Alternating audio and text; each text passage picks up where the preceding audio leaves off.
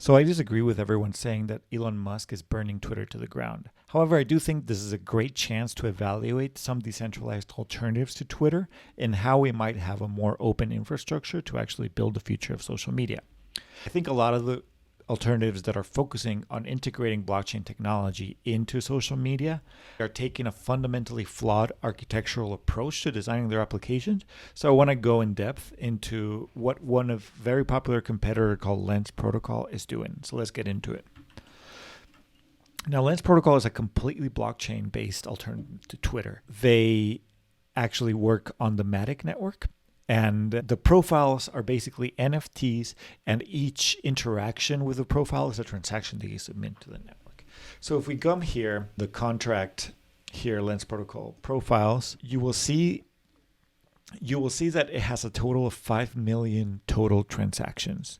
Now, this is total transactions, meaning that each interaction with a profile counts for a transaction. So this is not 5 million daily active users or 5 million profiles. This is 5 million total transactions in the lifetime of the project, which is a really small amount. This is probably something that Twitter does in hours, would be my guess. So you can see here that each follow, each post is an interaction with the chain. So if we go, let's look at one post here. If we actually go in and look at a post, we can see that a post has a transaction fee of 1 cent. Today, in a bear market with very low fees, we're having 1 cent per post in the Lens protocol. Now, if there's any kind of traffic, this is going to go way up and it's going to make it completely unusable for the average person to store their data on the blockchain. So if we go back to this 5 million number here, the protocol has already spent around $55,000 only in dealing with profile interactions.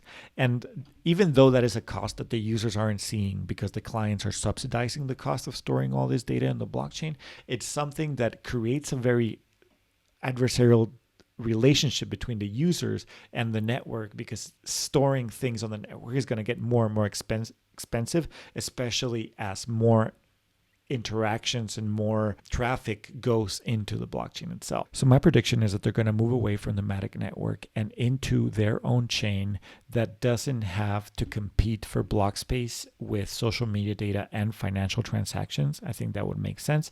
However, when you have your own closed blockchain, it's going to be very hard to provide this kind of guarantee of neutrality.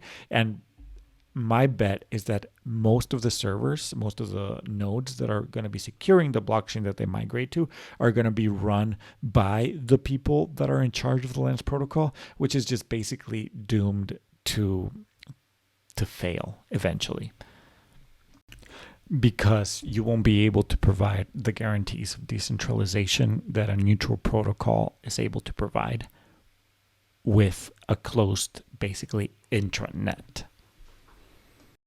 Like, you can't just be decentralized in name, but not in practice. At least not when the feds start coming.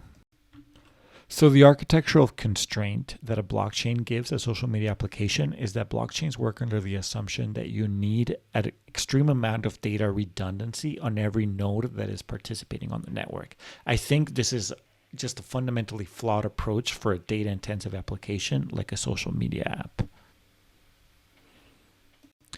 However, I do think that there are solutions out there today that I will go over in the next videos, so stay tuned for that.